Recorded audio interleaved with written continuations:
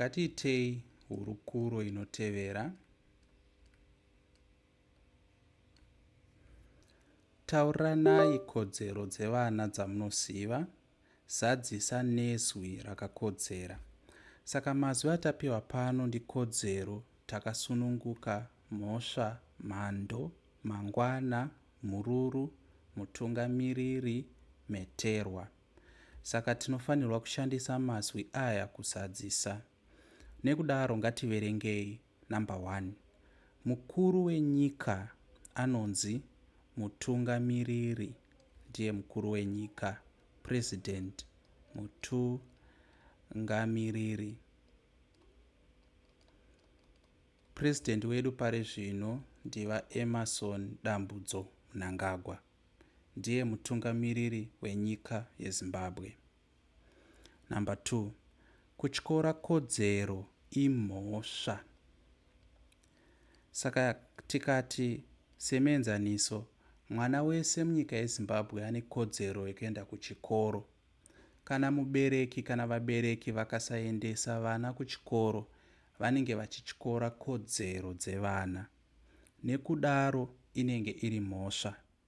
Zvekuti munharaunda menyu kana muine vana vane zera rimwe chete nemi vasingaende kuchikoro, vabereki vavo vari kuita mhosva yekuita kuti vana ava vasava nekodzero yavo, kodzero yekuenda kuchikoro. Saka kutyora kodzero imhosva. Kubhinya nekubata chibharo vanasikana imhosva, nekuti zvinotyora kodzero dzevanasikana dzekusakanganiswa pamiviri yavo. Kubira vanhu imhosva, nekuti zvinotyora kodzero yevanhu kuti vave nezvinhu zvavo zvisina kukanganiswa newe. Saka pese patyorwa kodzero, semawaniro atinodziita mubumbiro remutemo, panenge patoitwa mhosva. Namba 3. Vakomana vanoridza dhash kana vafarisa. Vakomana vanoridza meterwa kana muridzo. Inangwa ndimugoni. Ndozvega zvandinogona izvi.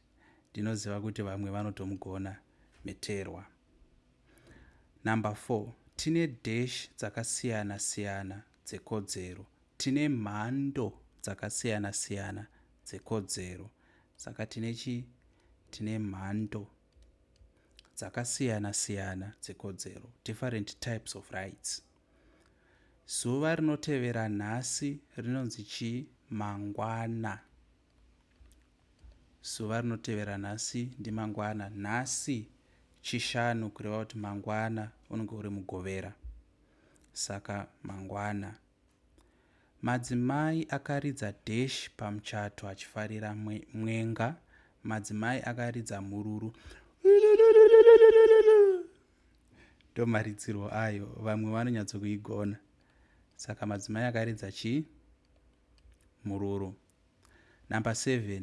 Tinofanirwa kuremekedza dhash dzavanhu. Tinofanirwa kuremekedza kodzero dzavanhu.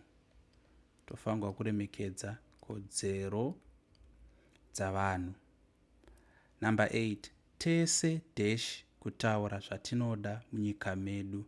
Tese takasungunuka kutaura zvatinoda munyika medu. Tine muchirungu yavanoti freedom of speech. Mumwe nomumwe anotenderwa kutaura zvaanonzwa kuda kubva pamwoyo pake munyika medu. Ndiko kusununguka kwatakaita